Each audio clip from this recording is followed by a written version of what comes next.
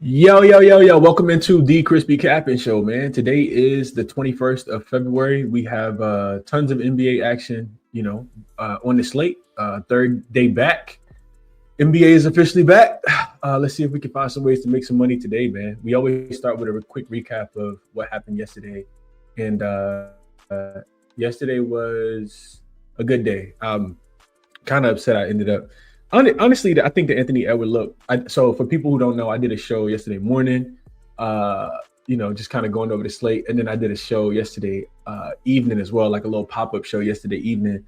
And Anthony Edwards was his under was prime time, but he shot the ball 40 times almost last night.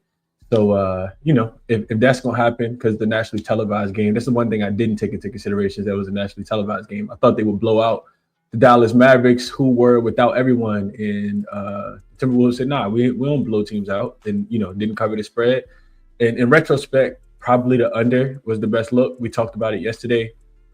Total was extremely high. I think it was 6-1 to the under when the Timberwolves were home favorites, laying double digits, and the team total stayed under for the Dallas Mavericks as well. We talked about under 112.5. They got to 111.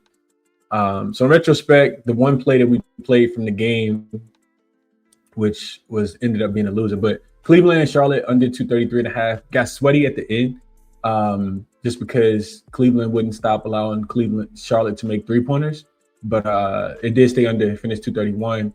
And then Clippers in LA over the 224. Easy winner yesterday. They got the 250 yesterday with the Clippers playing on the second leg of back-to-back.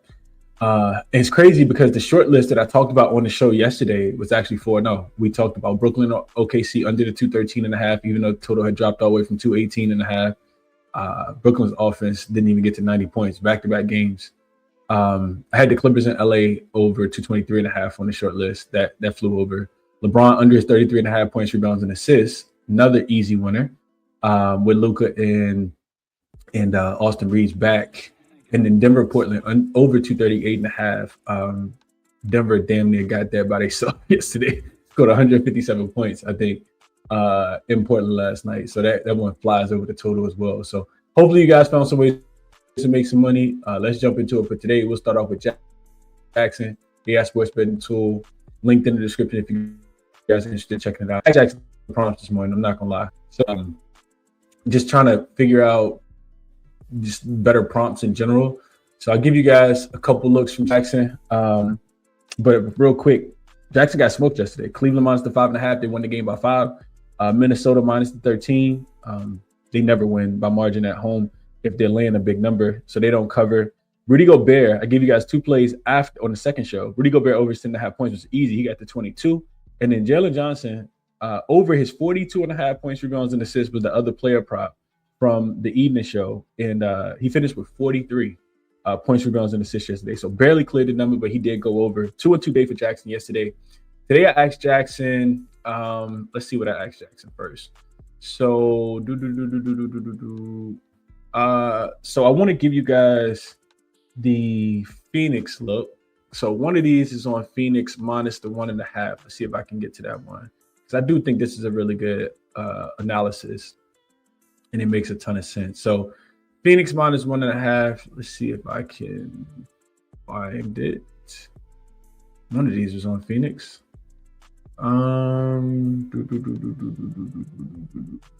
Let's see. Oh, I didn't go up farther enough. My apologies. All right, so I actually do not see this one. Here we go. Okay. All right, I'm tripping. I couldn't find it. All right, so it says so the prompt for this one is, let's see, what did I type in? So pretty much same thing, right? What I typically do, using situational advantages and disadvantages, trends, and last 10 games advanced stats from Cleaning the Glass. What are the 2 top NBA bets for today? Jackson likes, like I said, they like the Phoenix Suns, or it likes the Phoenix Suns minus the 1.5. It says a situational buy low spot for the Phoenix Suns. Despite a moderate season report, the Suns possess a significant efficiency advantage in the half court and at the free throw line, which are the most crucial factors in close late game situations. So the Magic struggle significantly in half-court defense, ranking 21st in points allowed per 100 plays, 99.4. It's a nightmare matchup against the Suns team that excels at slowing the game down and hunting specific matchups. Phoenix also holds a massive advantage at the charity stripe. They rank third in free throw rate, while Orlando's defense is prone to fouling. Orlando's offense is also statistically inefficient, ranking 25th in effective field goal percentage at 53%. Against the Suns defense that ranks 6th in half-court efficiency, the Magic will find it difficult to generate high-quality looks if they cannot get out in transition. Since Phoenix plays at the bottom 10 pace, 22nd, they are likely to dictate the tempo that favors their superior half-court execution. So that's the first look on the Phoenix Suns minus the 1.5. I actually like that a lot. The second one I want to take you guys to is a total bet. And if I can find a total, then I'll give you guys the prompt as well. Let's see.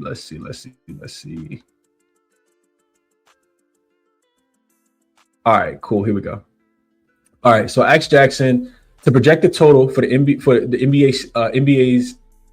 So project the total points for tonight's NBA slate by analyzing all teams' average possessions per game, and 3-point shooting volume over the last 10 games. Flag any totals that differ from the sportsbook line by 4 points or more.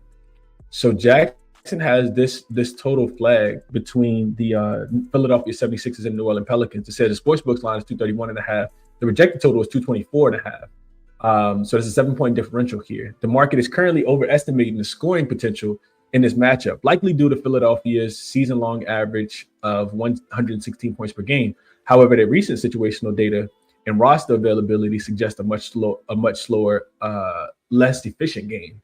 So pace and volume analysis. Philadelphia ranks 19th in pace, just 99.75 possessions per game, per 100 possessions, and 20th in 3-point shooting, 35.7 per game as far as attempts. Without Joel Embiid and Paul George, who are out and suspended, their half-court execution takes a massive hit. New Orleans is also severely shorthanded, missing DeJounte Murray, Trey Murphy III, which strips away their primary perimeter volume. Recent trends: the 76ers have gone under in 4 of their last 6 games overall and 5 of their last 7 on the road. When Joel Embiid sits, the game naturally slows as Tyrese Maxey, 28.9 points per game, is forced into high usage, late clock situations. Defensive context: while New Orleans has allowed high scores recently, 139 to Milwaukee, Philadelphia's road defensive schemes typically focuses on limiting transition, where the Pelicans playing on the second leg of a back-to-back will already be sluggish. So under 231.5, I actually like that. The total's getting bet up. I kind of do think that one is a contrarian look to the under. So those are the two looks for today. Phoenix minus 1.5, Philly, New Orleans under the 231.5. And there are injury implications in both. So I probably would wait on both of those. I have not bet either one, but I got some looks, man. I do got some looks. Spent a lot of time on the slate. Let's jump into it. So Orlando and Phoenix is up first. We got the Orlando Magic on the road here. They are getting 1.5 points, depending on where you're shopping. 2 points some places. This line did open 1.5. I did see it go up to 2, and now it's coming back down. Total is coming down though. Open to 20.5 last night is what I wrote in my notes, and it's down as low as 218.5. 219.5 is consensus though. So you start with the injury report here, and Jalen Suggs is listed as questionable. That's significant. We know how much he means to the Orlando team that's already without Franz Wagner. On the Phoenix side of things, injury report is important as well because Devin Booker's out. He got hurt in that game against the Spurs in the first game back. Cole Anthony's out, and then Grayson Allen is listed as questionable, and that's important. I think Grayson Allen means a ton, just like Jalen Suggs does, in my opinion. The Orlando Magic are coming off a game where we got them right. We got them right against the Sacramento Kings. Kings just, really just want to fade them at all costs. The Orlando Magic have not been good on the road, just 9-16 against the spread on the road. It's just the first leg of a back-to-back. They got the Clippers tomorrow. And the Phoenix Suns, we know that they've been one of the best ATS teams in the league. 17-10-1 against the number at home. Back-to-back losses, though, against some pretty good teams. OKC and San Antonio. It's the first leg of a back-to-back for them as well, with Portland coming to town tomorrow. So I kind of feel like I want Phoenix in this game. I do think that they can win the game. I would love to have Grayson Allen be a part of that. Just his ability to be able to stretch the floor, I think that helps a ton. Devin Booker, of course, was missing in that last game as well. because he was suspended. He'll be back for this game.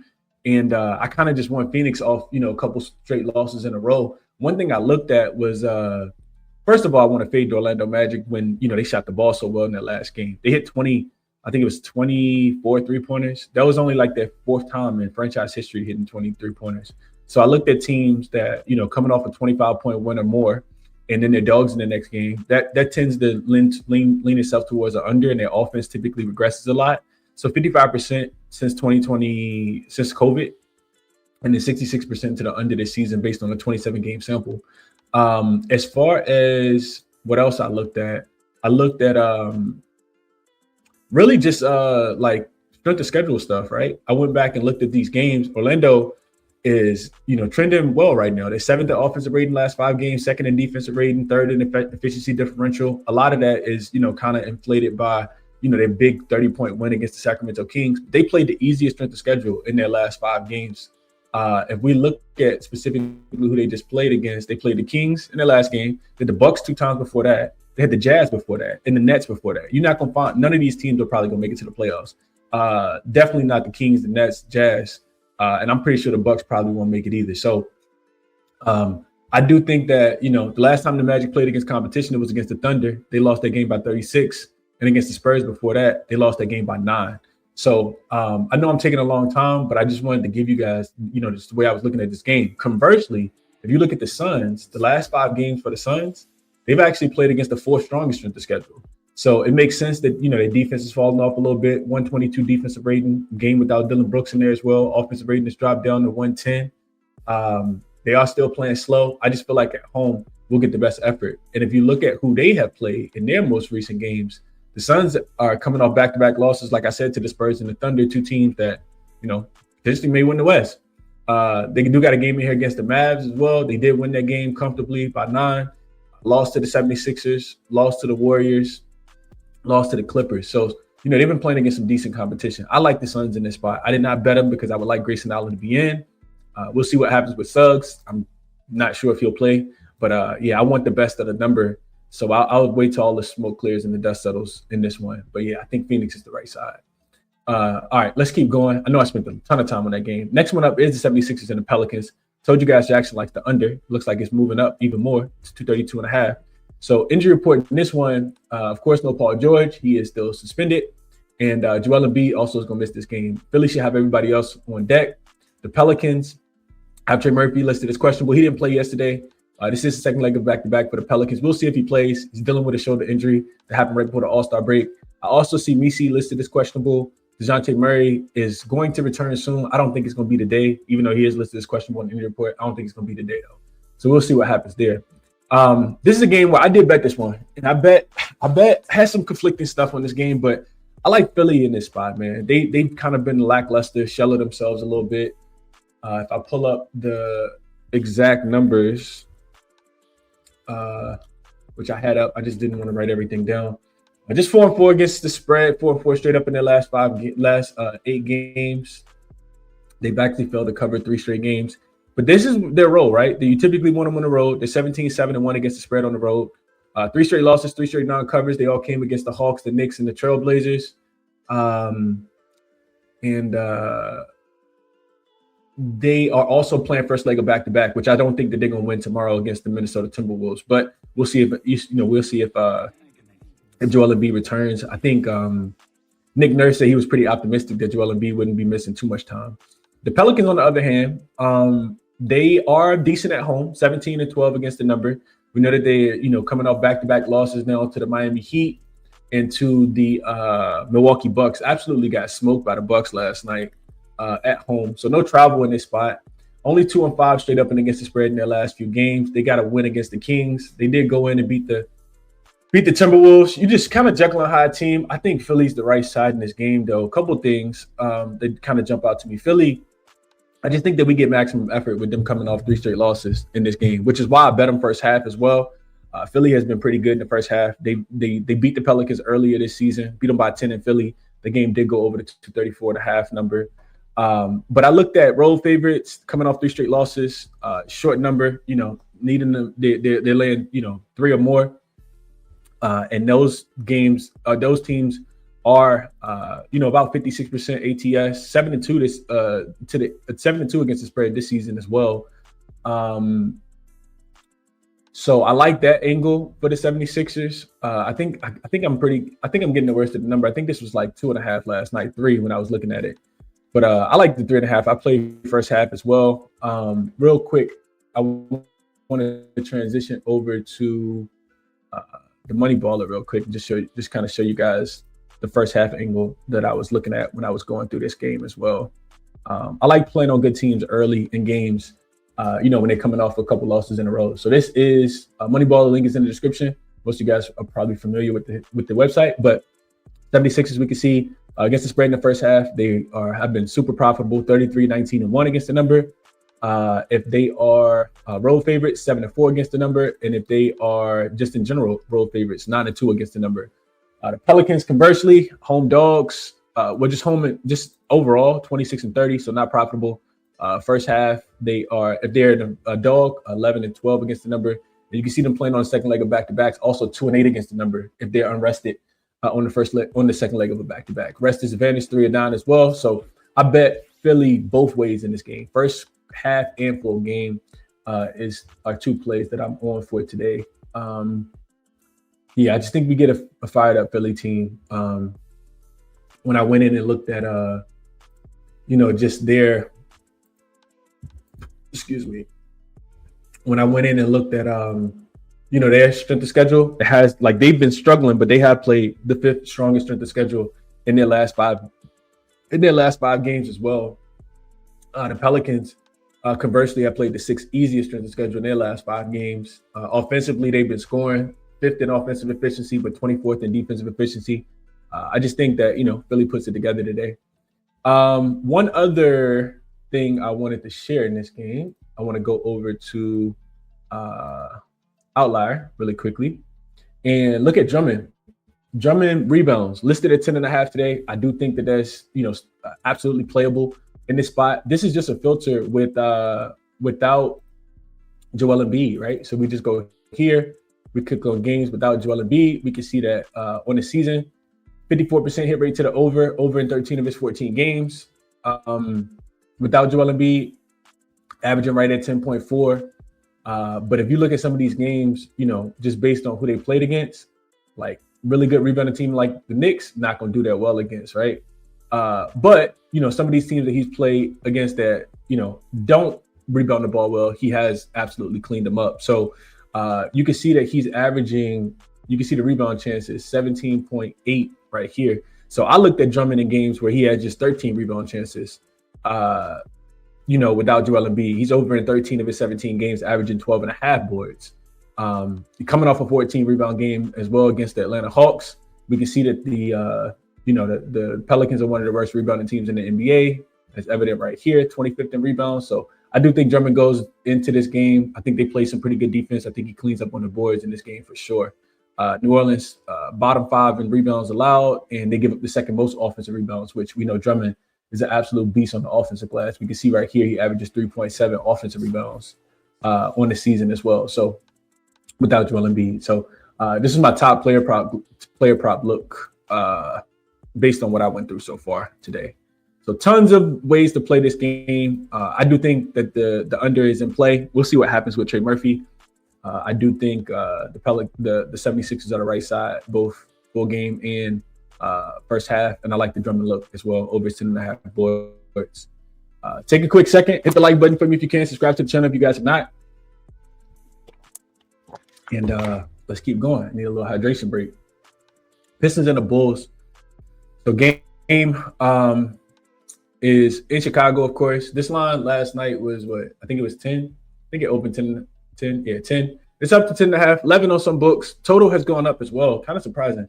It was at 230 yesterday. It's up to 233 now. So Duran is back for Detroit. No Isaiah Stewart, of course. And then on the Chicago side of things, Jay Nybee, who, I guess you could say revenge game for him, even though he's been out of the rotation for Chicago. And Billy Donovan, as of late, listed as questionable. Yabusele is probable. Zach Collins listed as out. So Detroit coming off a massive win against the New York Knicks. 3 straight games. They crushed the Knicks, 2 by 30 and then 1 by 15. They are 10-15-1 against the number on the road. This is the last of a 4-game road trip, and they do have, maybe a look ahead spot. They play the Spurs on Monday. Not sure if that's a look ahead spot or not, but they do play the Spurs on Monday. They've won 4 straight. They've covered all 4 since losing to the Wizards, which I'm not sure how you lose to the Wizards, laying like 16.5 points. And then you got Chicago. Chicago's they're like a corpse right now. They just are not good, man. 1-9 against the number in their last 10 games. It is the first leg of back-to-back. They got the Knicks coming to town tomorrow. I think Chicago gets cleaned up in this spot as well.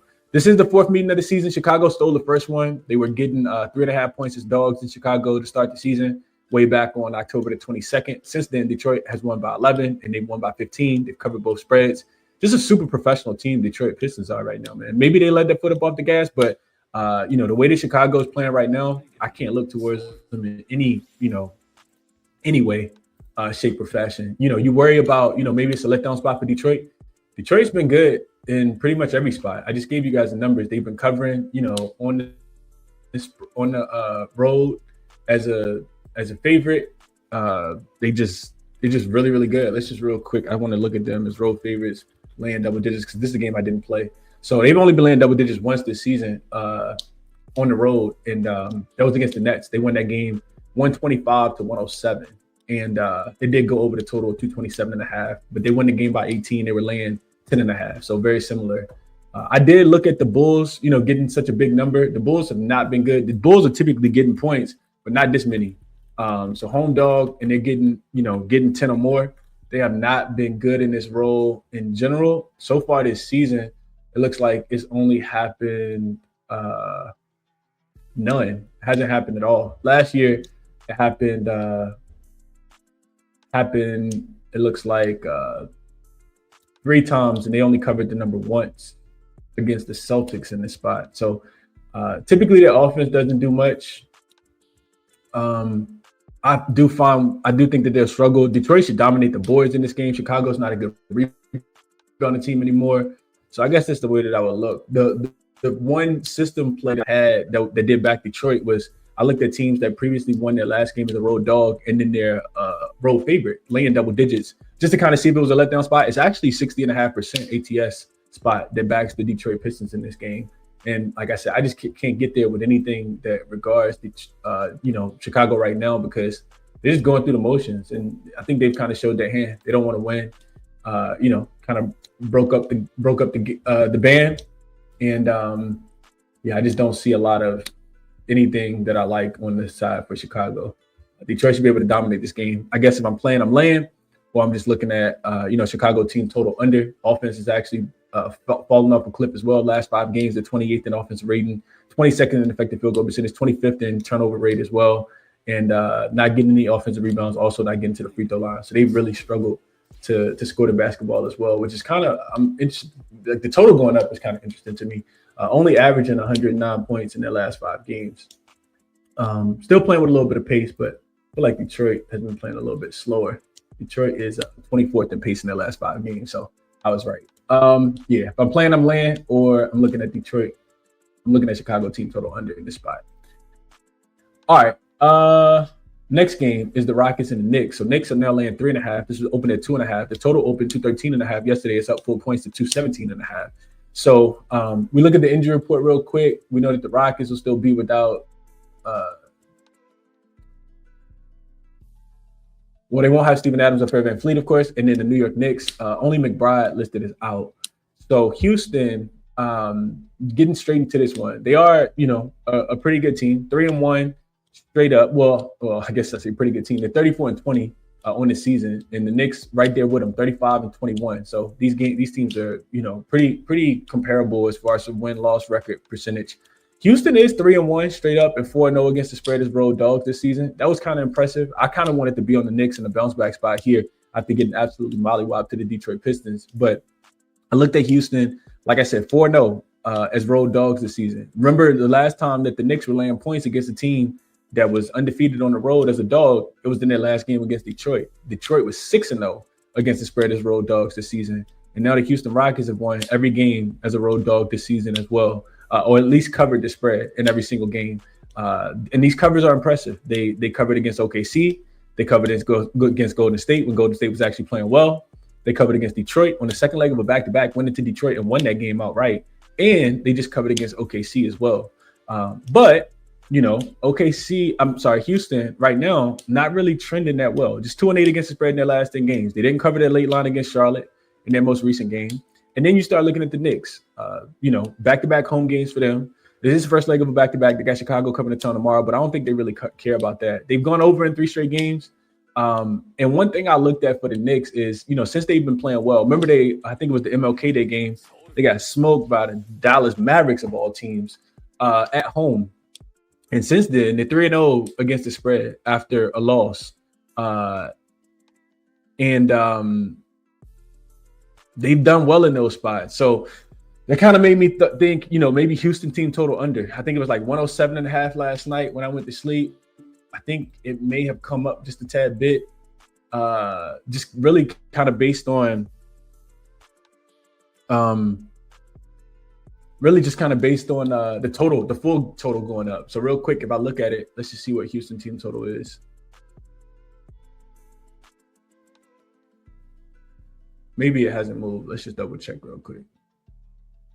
108.5. So it has moved a little bit. So they're 5-7 to their team total under in their last 7 games. You look at the Knicks. I looked at them off their last 3 losses. And this is where they typically play defense. Right before the break, they were on the second leg of a back-to-back after losing to the Pacers, gave up 89 points to the 76ers in Philly. 89 is what they gave up to the Celtics, smoked the Celtics in that spot. And then the first loss after losing to the Dallas Mavericks in that MLK Day game, they gave up 66 to the Nets. So I kind of feel like, I know that the total's going up. I kind of think that, Houston still struggles to score. Their offense has just been so putrid. That's why they haven't been able to cover spreads. And I think we get a fired up Knicks team, a lot of outlets and media outlets in general. I'm pretty sure they're hearing the chatter that they can't beat the Pistons. Why not take it out on the Houston Rockets in this spot? I'm not super big believer in this Houston Rockets offense. Defensively, they can play well. I expect, Cat to come in locked in. I expect Mitchell Robinson to be locked in. We know Houston's a really good rebounding team. They should not be able to get all those offensive rebounds against this Knicks team that I would argue is the better offensive rebounding team and the better rebounding team in general, and a little bit more motivated in this spot. So I guess I lean Knicks. Don't really like fading the Rockets. Like I said, 4-0 ATS as road dogs, but I guess I lean Knicks. And Houston team total under 108.5, I think would be my top looks in this game, but I did not bet either one of them. We'll see what happens with the injury report. There's tons of other thoughts that I had as well, but this is what I bet so far. I want to be on Phoenix, but we'll see what happens with the injury report. Jalen Suggs and Grayson Allen. Orlando Phoenix under 219.5. I told you guys why, but we'll see what the injury report says in that game. The Drummond look, I'm probably going to be on his boards. Philly first half and full game I like the most. And there's also some other things I had in my notes. Just real quick, let me go to the Memphis and Miami game. I think is a sneaky under spot as well. So total, getting steamed up because Miami plays so fast, and Memphis has also been going over in their games as well. I kind of think, at least I got some data that supports the under in this spot. This total is up to 230. Oh shoot! It actually came back down. 238.5 is what I had in my notes. It looked like it's down to 235 on most books now, and I agree. So I looked at a couple things here.